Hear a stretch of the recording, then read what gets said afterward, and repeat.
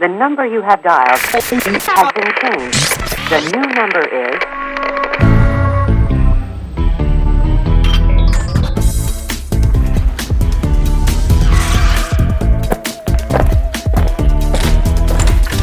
Hi guys, I'm Lex. And I'm Liv. And today, we'll be the judges. I did it right. So guys, fun fact. This is our second time filming. We recorded...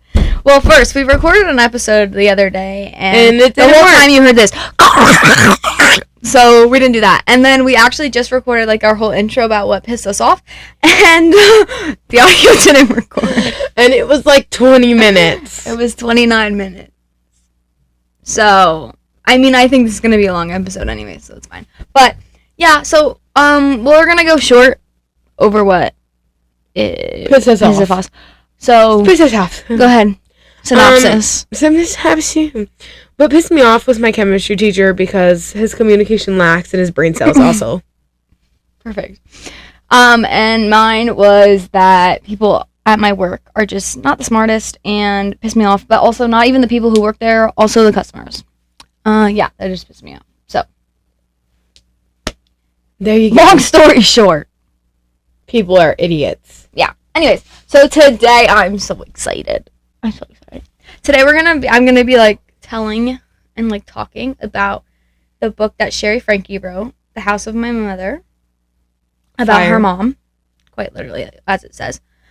And I'm really excited. I got it like we got notes. We have notes. If you're not watching, there must be maybe 30 to like, you know, when you see a Bible and they have like all of the little like things little out, tabs that's what it looks and like. Stuff like that. That's wait, give me my iPad too.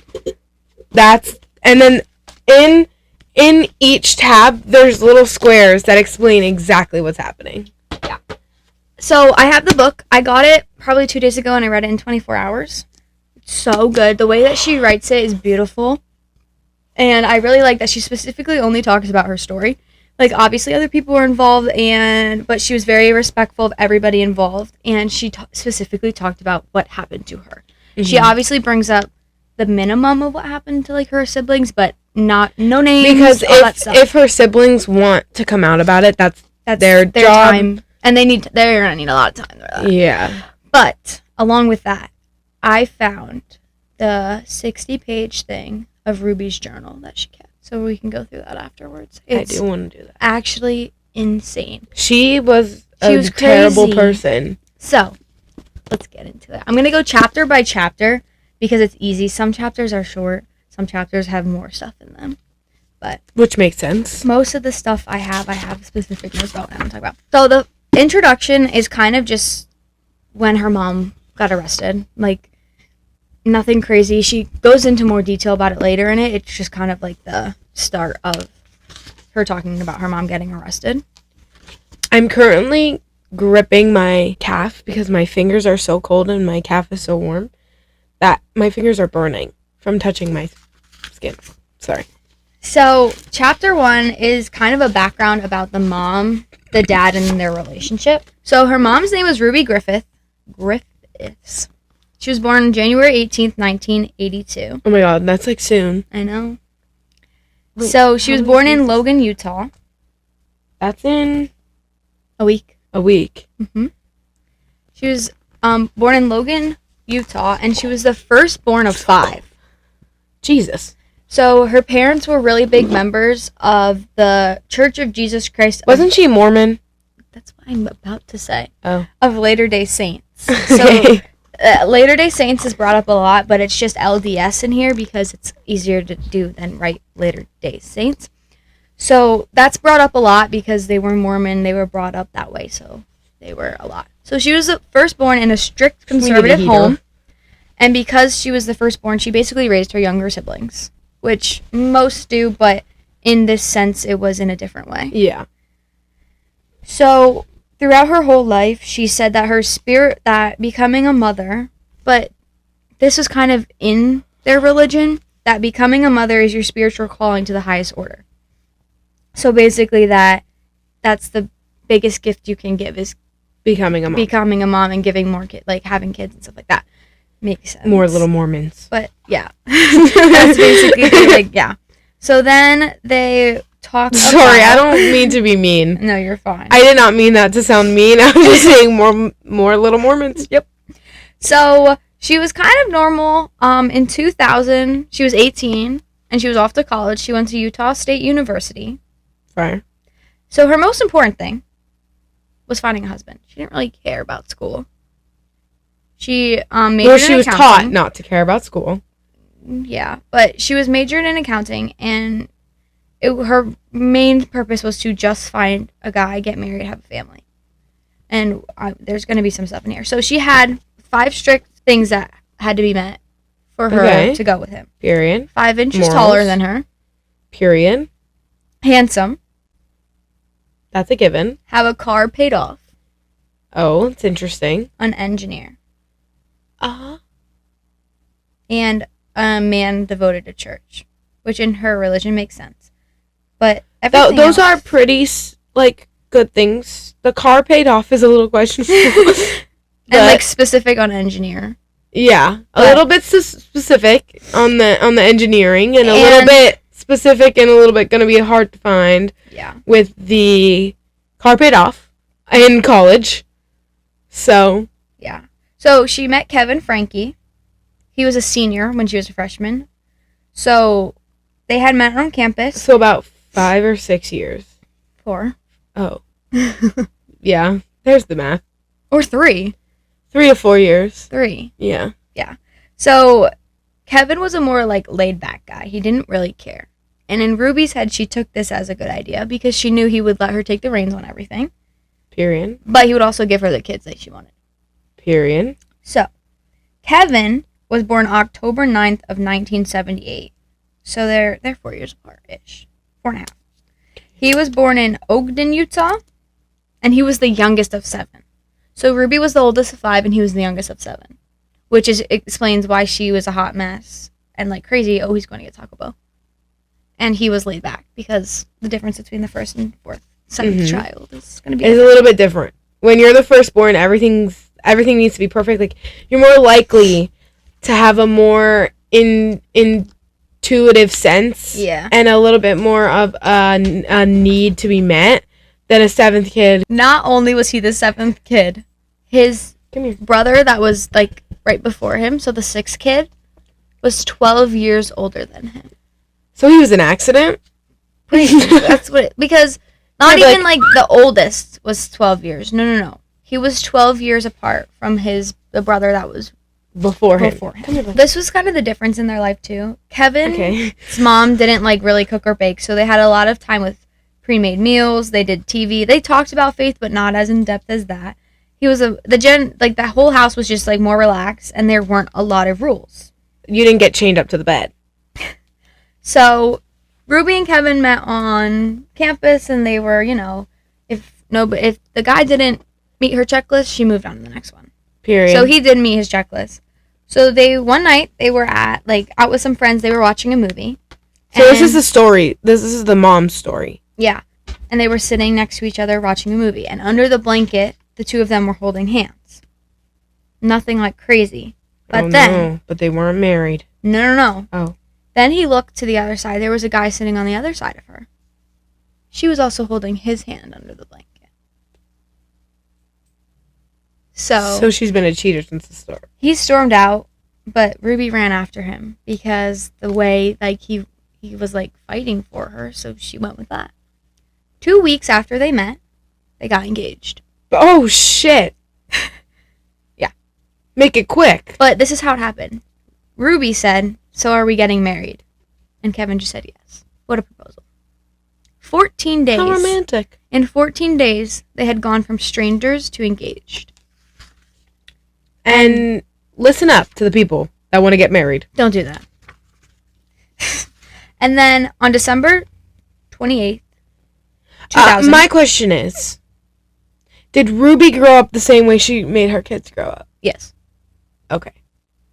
So her parents deserve jail too. Not as aggressive. On December 28th, 2000, 3 months after they first met, they got married. So after that, 3 years later, March 3rd, 2000 was her first daughter, Sheri, was born.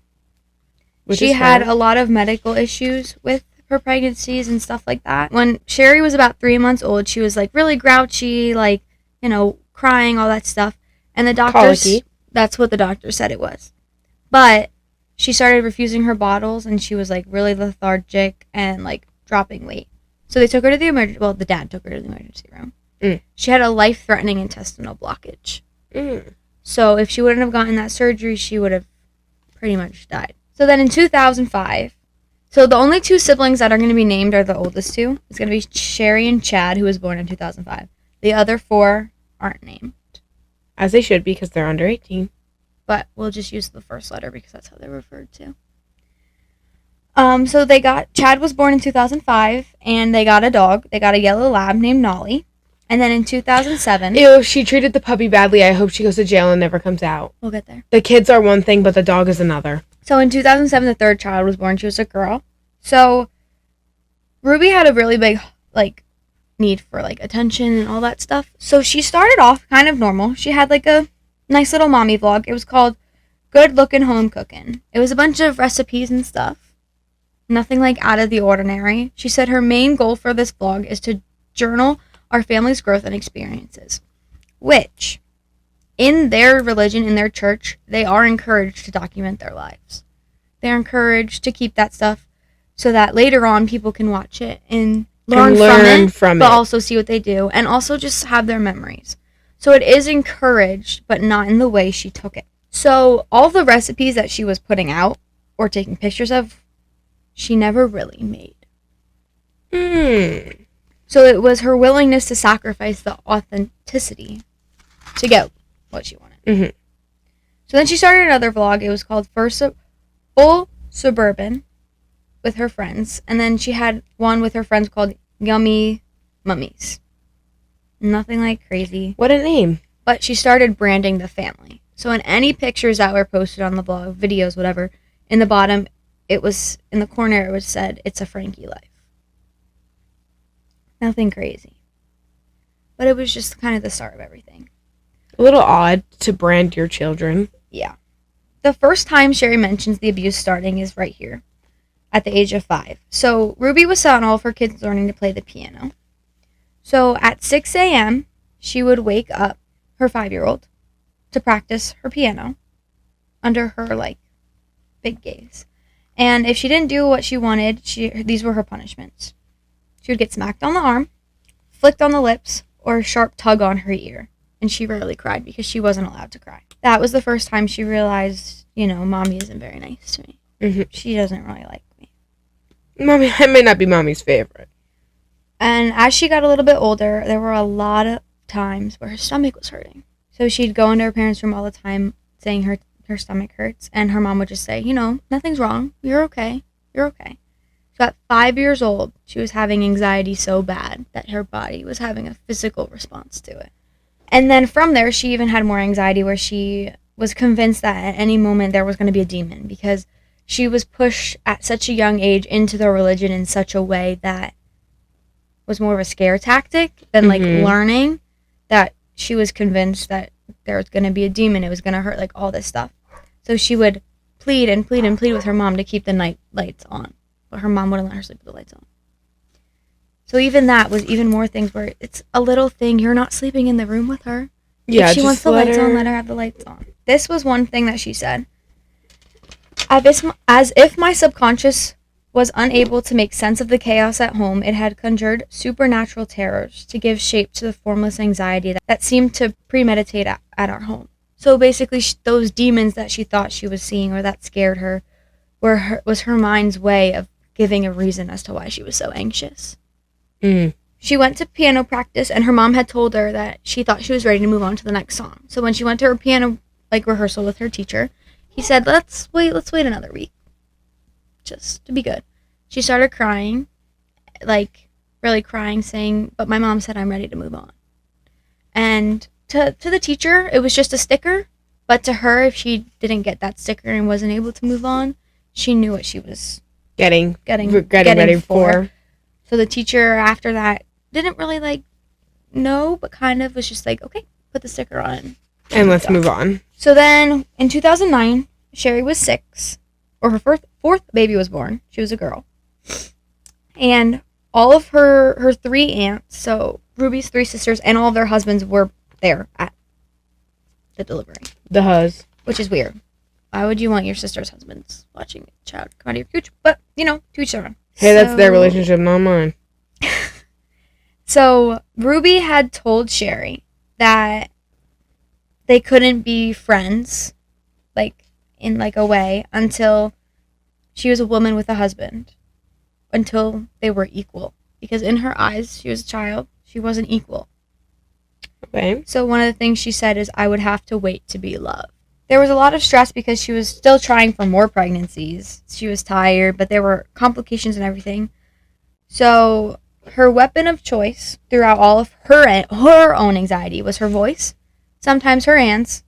Whoever was nearest bore the blunt for frustration. A toppled vase, a stray toy, a glass bearing the faintest smudged, all became excuses for her assaults. So the littlest things set her off, and those were her excuses as to why she was doing it.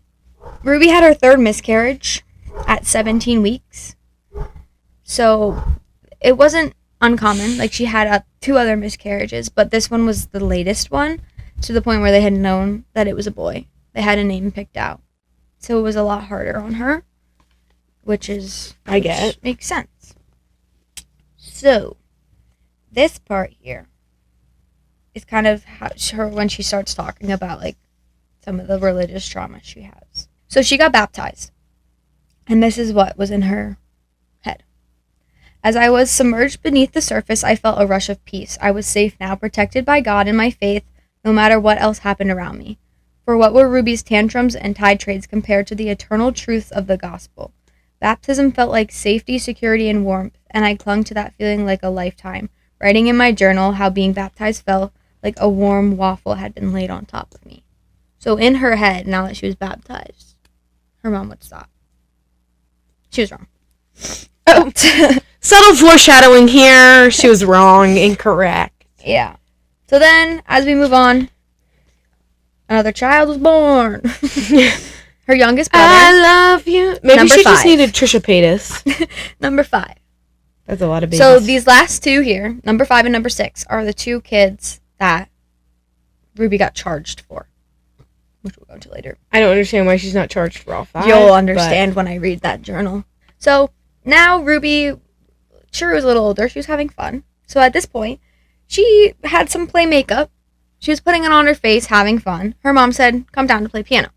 Fine. She had the makeup on her face. It was fine. So she went down. And I guess she didn't want to sing.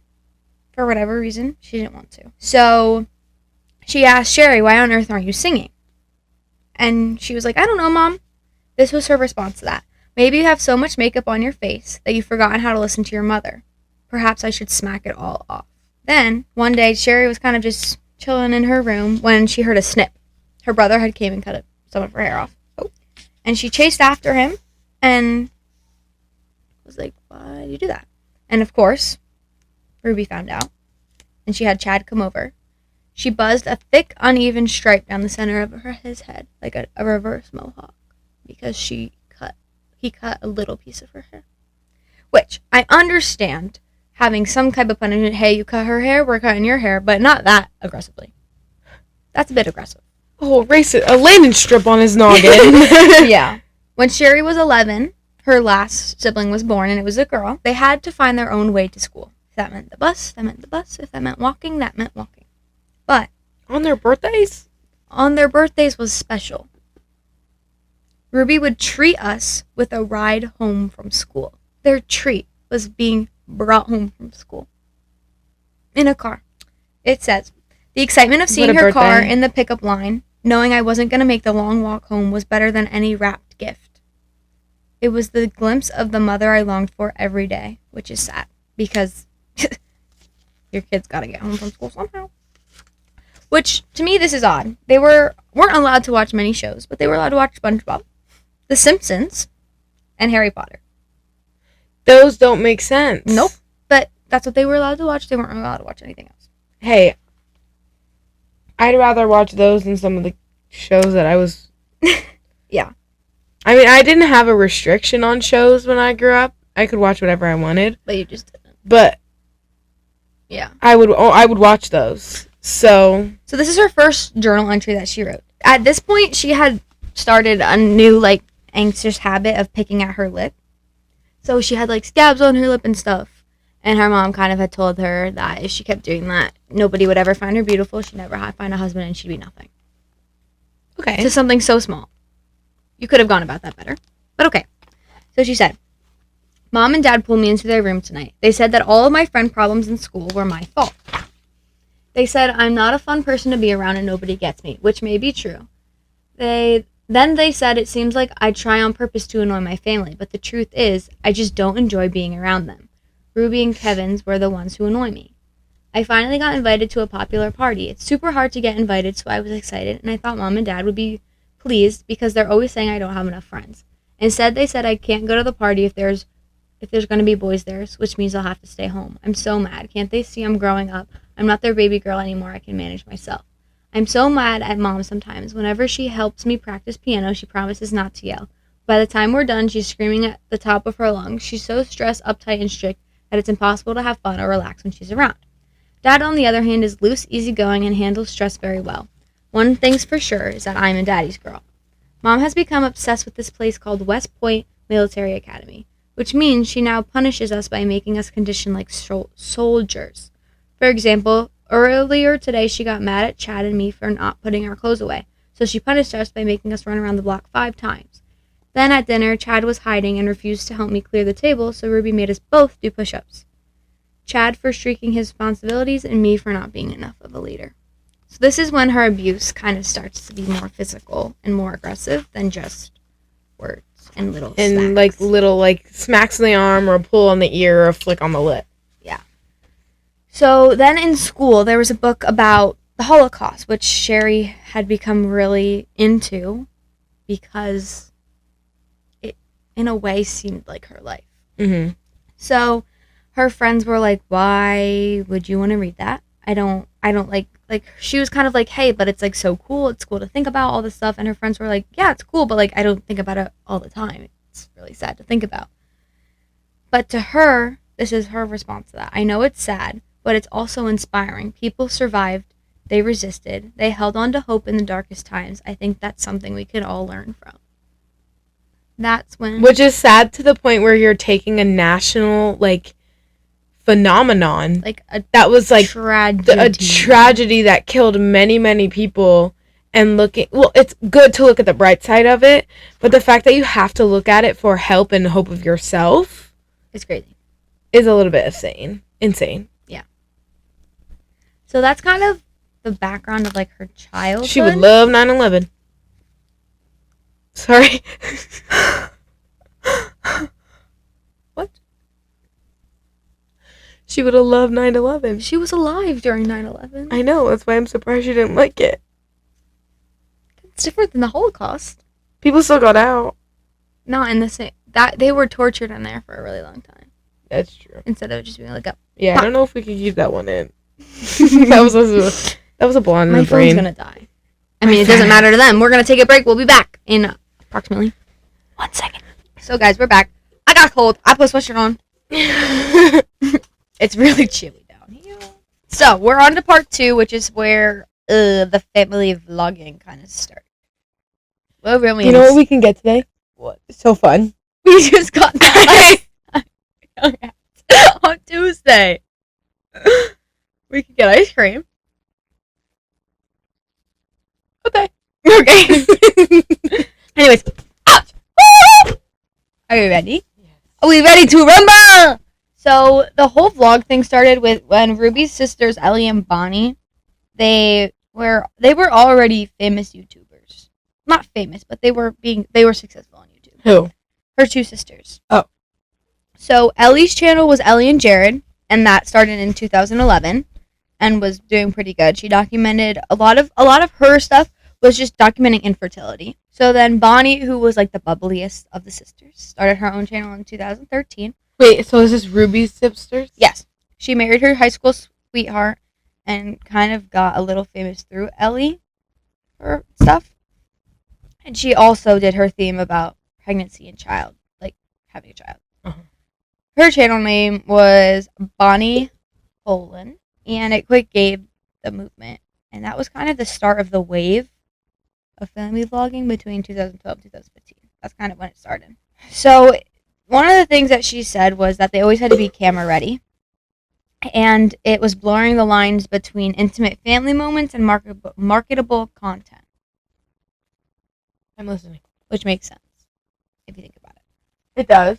So but then, it's also family should be family. So throughout all of this, that's when Ruby got the idea of 8 passengers, which obviously came from the fact of the family having 8 people in a van, 8 passengers. But the way 8 passengers was, instead of it being like a certain thing, it like how the others were about like infertility or pregnancy and stuff, hers was just about family drama. Not big family drama, just the little stuff that happens day to day. Of course it's going to blow up, too. Yeah, well, obviously it's going to blow up. But one of the first subscribers, of course, were the dad, which makes sense because he was just kind of helping. Utah has a bigger community of LDS, which is that? the religion. The Mormons. Yeah. And a lot of Mormons have become the powerhouses for family vlogging and content creating in like a family way. And okay, I'm sorry if you're Mormon. They kind of live funky. Well, I mean, I think it's because part of their religion is documenting stuff. So if they're already documenting it, and they live in a way where people want to watch the way they live. Yeah. So it's like people are going to watch it. But some of the earliest and most successful family vlogging channels came from the community of LDS. So they had life with multiple children. I think that's another big thing is that they have so many kids. There's always something going on, and whatever. Crazy. Their life is never like just normal. Yeah. So the first video that was posted of 8 passengers was in January 8th, 2015. So in that video, it started with footage from her gender reveal party in 2013. It had all of the kids in the kitchen with the parents, and they had a cake. They cut it, and it was a girl. Nothing like crazy. That was pretty much it. She vlogged like just some other stuff. Just like little like moments. Sprawled on the kitchen table, eyeing me and a banana. Like little wobbly steps, taking bites of food. Like just little cute things of a kid. Nothing crazy. Just like little nothing stuff. like insane. No. Nothing out of the ordinary. 2 weeks later, she had her second video drop, which was called Tasting Sushi for the first time. Nothing crazy. She tried sushi. She didn't like it. That was the end of it. That was it. That was her second video. Oh, that's all it was? That's all it was. Just her daughter eating sushi. No, it was her. Oh, and at her grown age, she never had sushi before? I guess not. A few days after that was introducing the 8 passengers, Chad. At this point, Chad was 10. He was blonde, blue-eyed, and a prankster. He was cute. What a guy! No, it says it was cute and people liked it. Didn't? Okay, this isn't to bash her name or anything because this is the way they grew up. But didn't she say that the girl that wrote this would date Chad if it? No, it was another guy who was. Oh no, her cousin or something. Yes. She said she would date somebody in her family if they weren't in her family. Which props to her for saying that she's not going to. I think that was kind of taken out of context, kind of. So then they kept doing the videos and stuff, and to them it was just something small, but they didn't know that it was going to be their whole lives for the next 7.5 years. That's crazy. Yeah. Honestly, she should have filmed all of the abuse. She should have filmed her chaining them up. She should have filmed. She basically, there's a lot of stuff in here, but that's why I'm saying like. So how this wasn't caught earlier. Oh, we're gonna get there. We get there. So there was. But how she wasn't arrested earlier? We're gonna get there.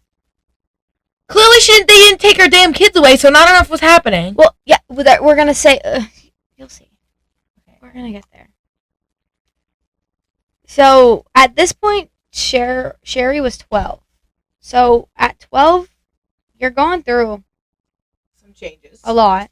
And everything was kind of monetized. So, like, everything... Did she get her period on camera? No, it was just, like, little stuff. And then it was more of a, like, do this, don't do that, do this. Didn't her mom... I didn't... This isn't a didn't. Her mom filmed her the one time, and it was, like, maybe it was her sister, somebody, was eating something or eating candy or got, like...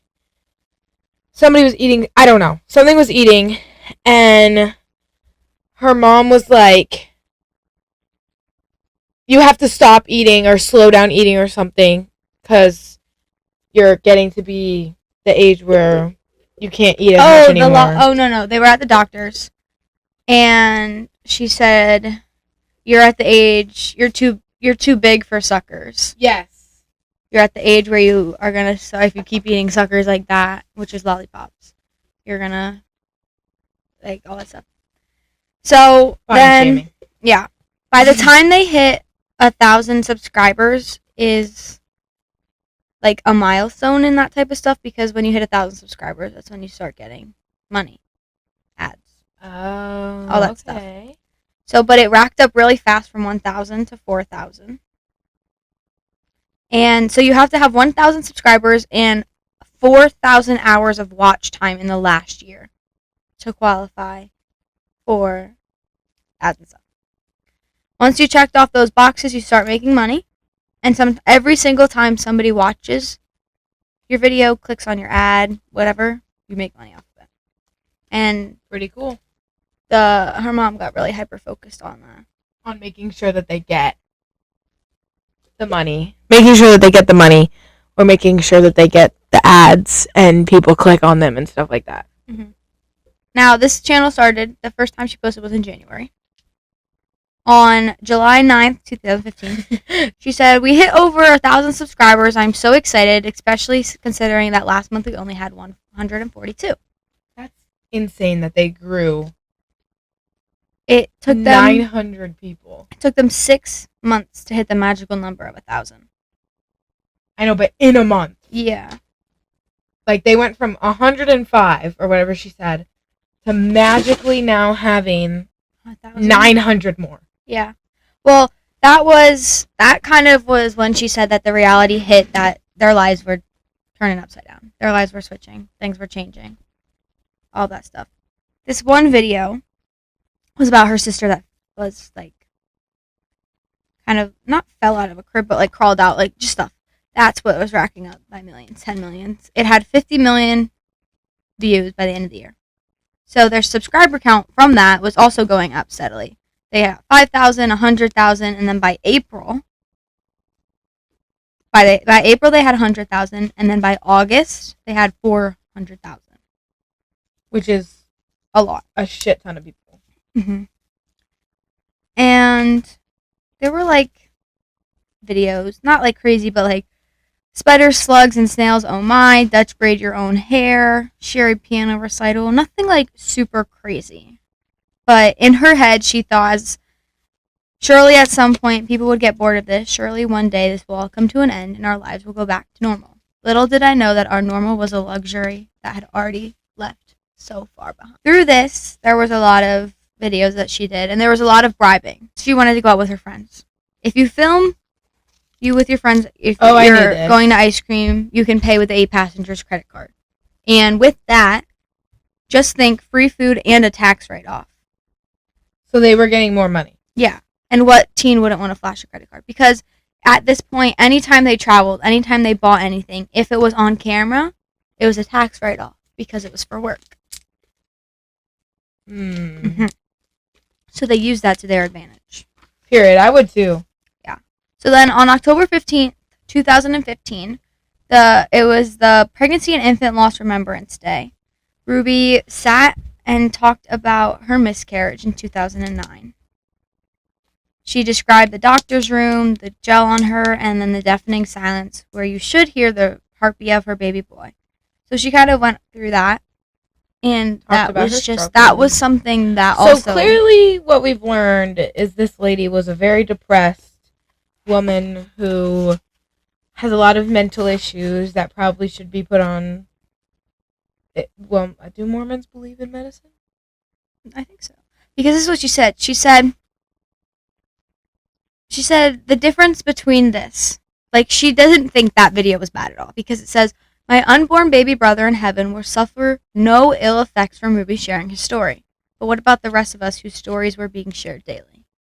They didn't ask to be filmed on a daily. Yeah, because it says here, what are the lasting repercussions of growing up on camera without any say? How does that constant exposure shape a child's self-awareness, their future relationships, and understanding of privacy? Your entire life, from the time you were basically born till the time you moved out of the house, is all on camera. Mm-hmm. No hiding anything. And, like, obviously her mom wasn't editing anything out, no matter what the kids wanted. So, like, friends at school see everything you do. People see everything you do. And that's, like, posting on TikTok now is, like, some people are like, oh, I don't want to post because people at school are going to, like, whatever. But imagine your mom and your parents, like, making your whole entire life a YouTube channel and you have no say at all. Well, even in that, she said she claimed that her kids were on board, but the truth is we never really had a choice in the matter.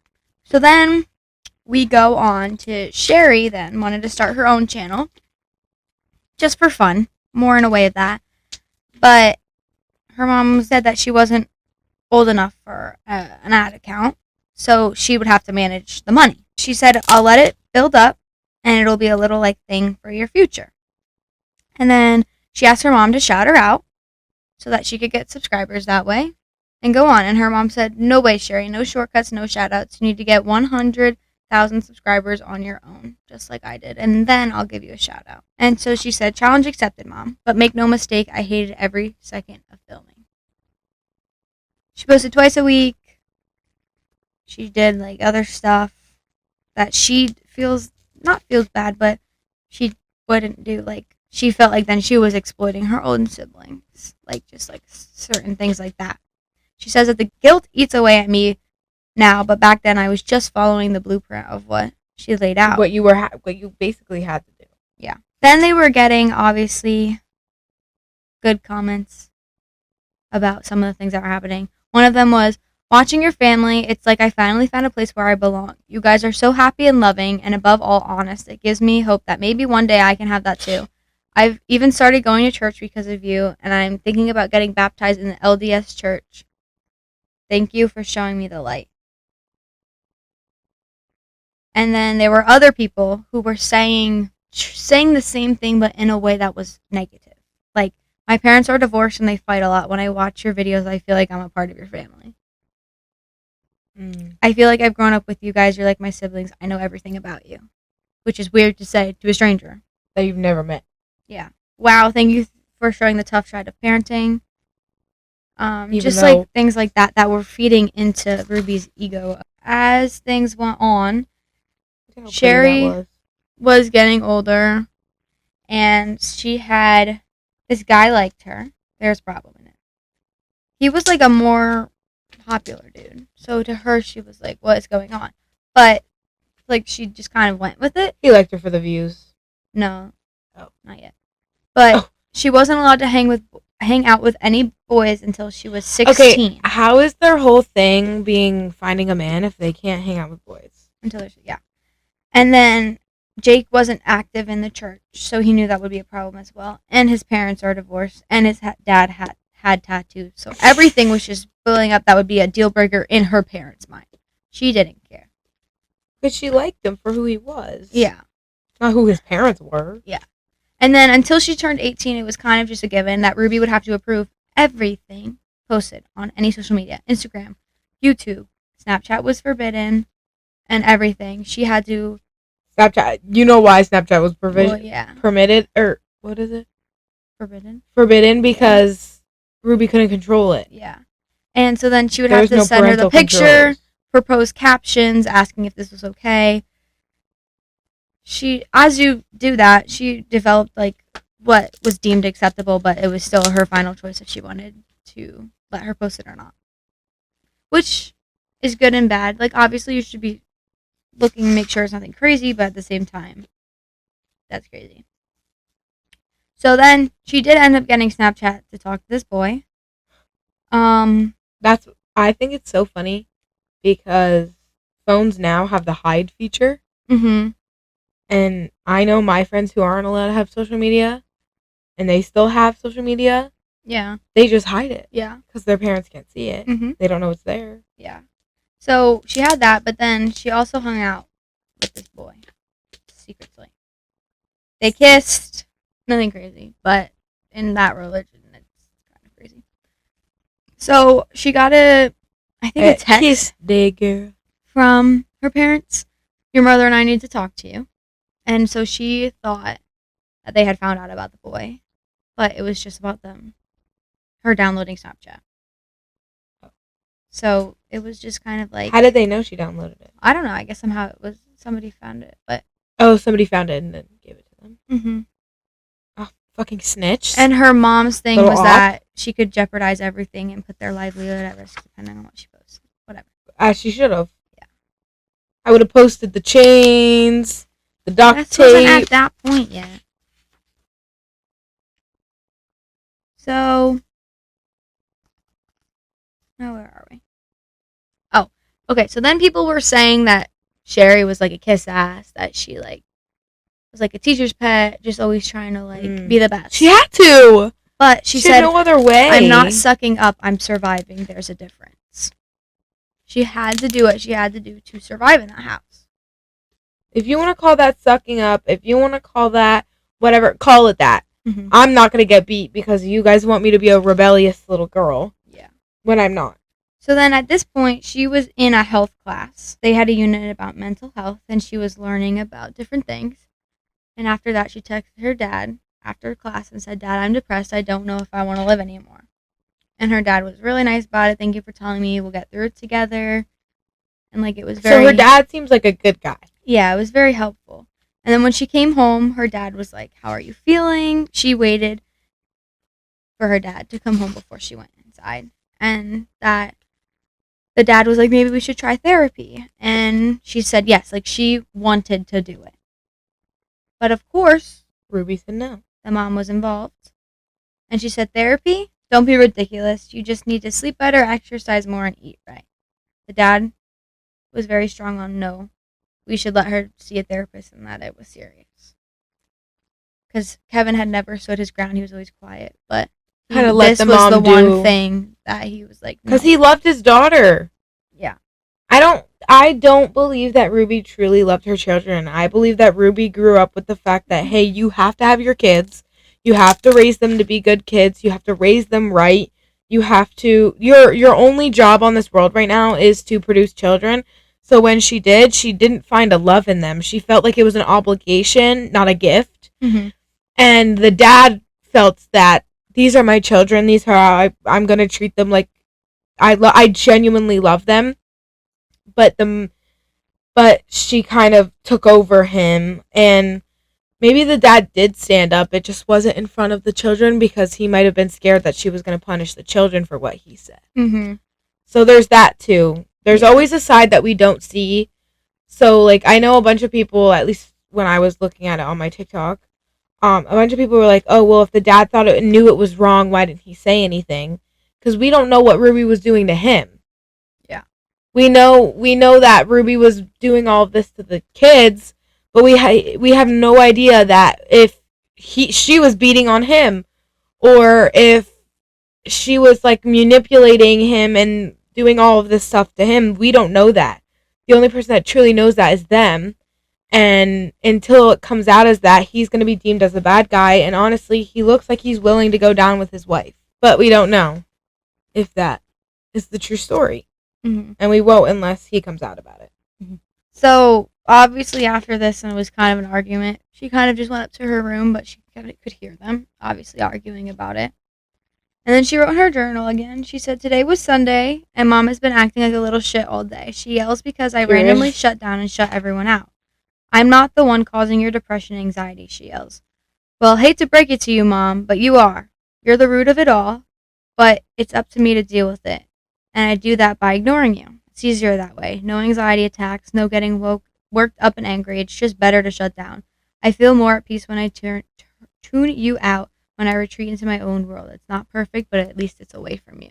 That's terrible. You should never feel like that about your mom. I know I can tell my mom anything. Mm-hmm. It took a little bit to learn that. Now. It did. It will take time for you to learn that. So, because Ruby wouldn't let her go to therapy, she, was talking to her, bishop at church. And she just kept talking about, the same things over and over again and certain stuff. She never said anything to her about her mom, but she said kind of everything else. To the point where the bishop said to her, I think it might be helpful for you to talk to a therapist about this. And she was like, but my mom won't let me. And he said, it's okay to take care of your mental health, and it's obviously your something causing you a lot of distress. So then she says, Mom says all problems can be solved with prayer, diet, and exercise. And then he said, please ask her, Sheri. Remember, seeking professional help is nothing to be ashamed of. You don't have to go through this alone. So even from him. He's saying, bitch, you have baggage. Yeah. Get some fucking help. So she had, kind of religious OCD in a way. So then there was a video that Ruby said that Sheri was going to do Sheri's eyebrows with a wax that she had got. Oh, she probably a brand. She waxed part of her brows off, and obviously everybody saw it, and it was just oh, I remember that embarrassing. Yeah. I remember that being a really big thing. Yeah. They got a new van. They put 8 passengers on the license plate, which I think is insane, but they did that. So she, when she did the wax, she thought she was very hopeful in the way of this is a daughter-mother bonding experience, but it was just a never-ending family sitcom. So she didn't really know the line between a genuine interaction and just a performance for the camera. Couldn't tell the difference anymore. She said that if Sheri would do the video, she'd give her $100. So she let her do it, and obviously, Sheri said to her mom. No, her mom. Or Sheri. Her mom said, if you do this video with me, I'll give you $100. That's it. Mm-hmm. Bitch, I know you're making more than that. Yeah. Make it 200, and then we got a deal. But she says, I had to wear huge sunglasses for a week to hide her eyebrows. And she said, I don't recall ever seeing the $100 either. She didn't even get it. And then, a little bit after, Ruby had told her that they were pulling her out of school.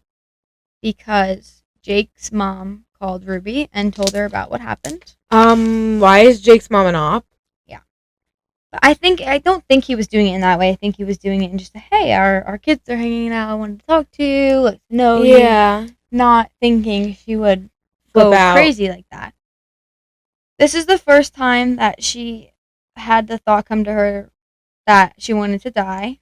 Her rational part was, no, God wants you alive, Sheri. This must be all part of his plan. So again, it was all back and forth. And there was even more, you're worthless, you're an ungrateful daughter, and you're a bad person. You deserve all of this. That's why it's happening to you. God's making you suffer.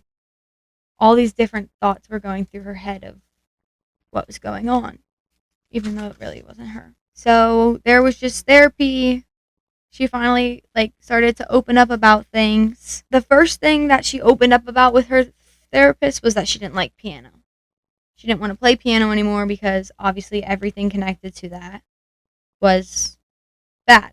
She had a lot of memories connected that weren't good with those. She told her mom that she didn't want to do it anymore, and the mom was okay, that's fine. And that was kind of the end of it. She never really said anything. Wow. And then there was another journal entry that says, I'm shutting down more and more often. I can't help it. Even though my silence really triggers Mom.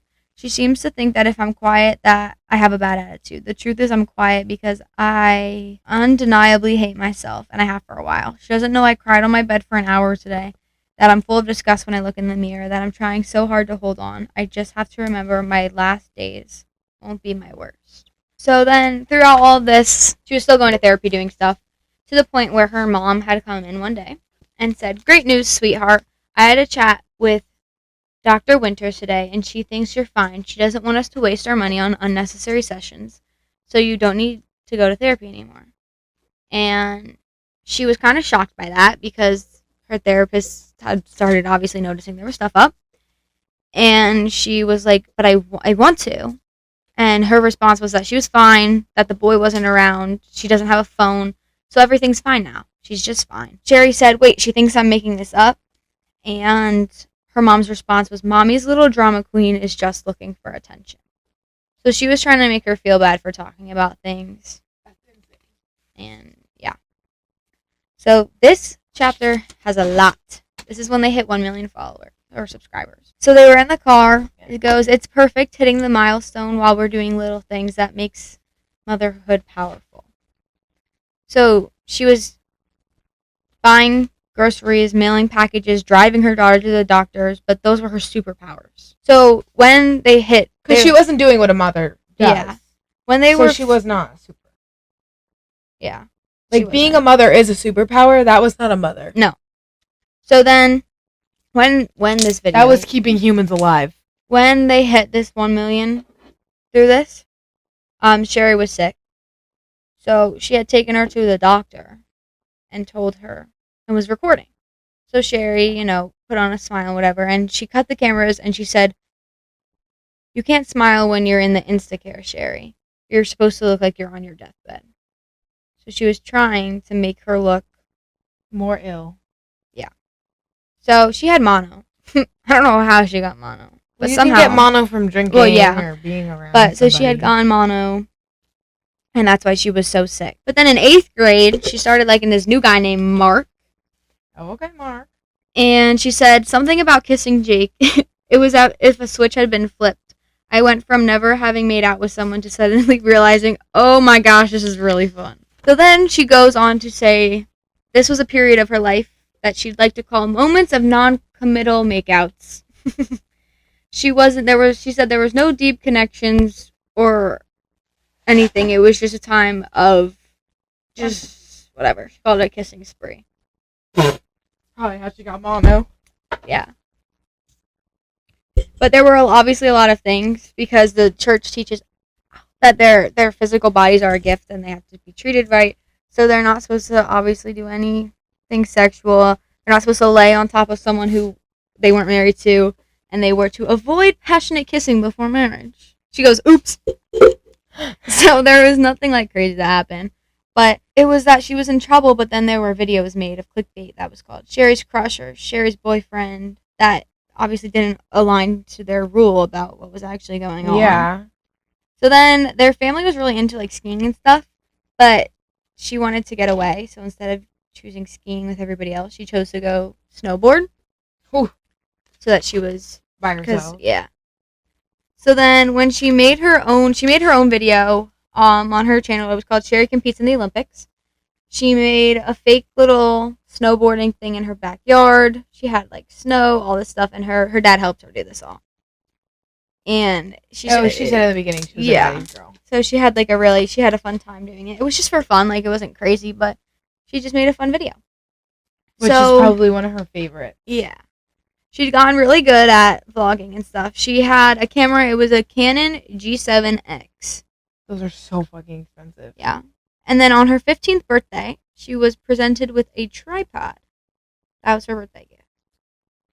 They filmed the whole thing. At this point, 8 passengers had almost 2 million subscribers.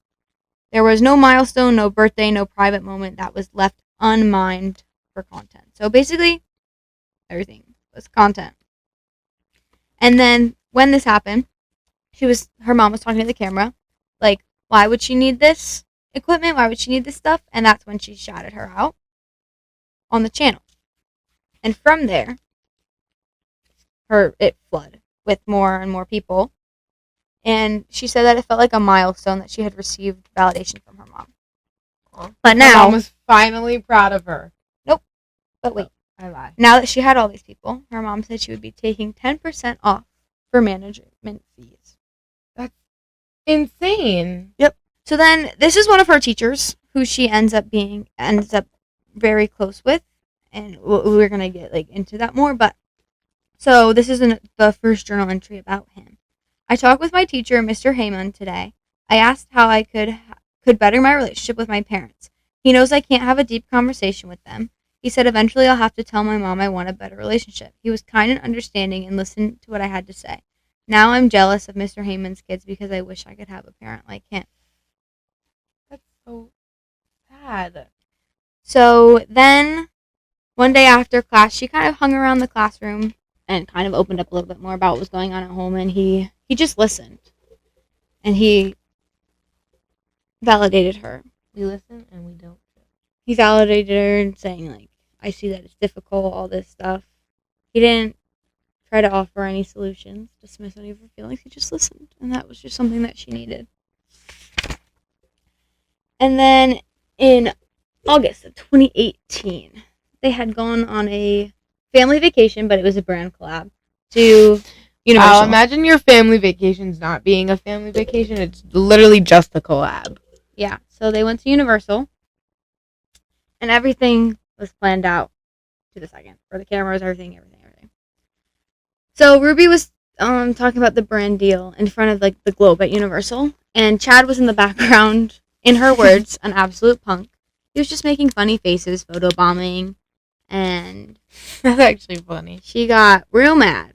Oh. And sent him back to the room for the rest of the day while everybody else went to the park. But when they got back to the hotel, he was gone. Oh. Where'd he go? Actually, I don't know. They would take Chad from one therapist to another therapist to trying to find some diagnosis that made them feel validated for what they were thinking of him when he was ADHD, a normal child. But everybody kept telling him Chad was too young for them to give him a diagnosis. How old was he? And he was 14. How was that too young?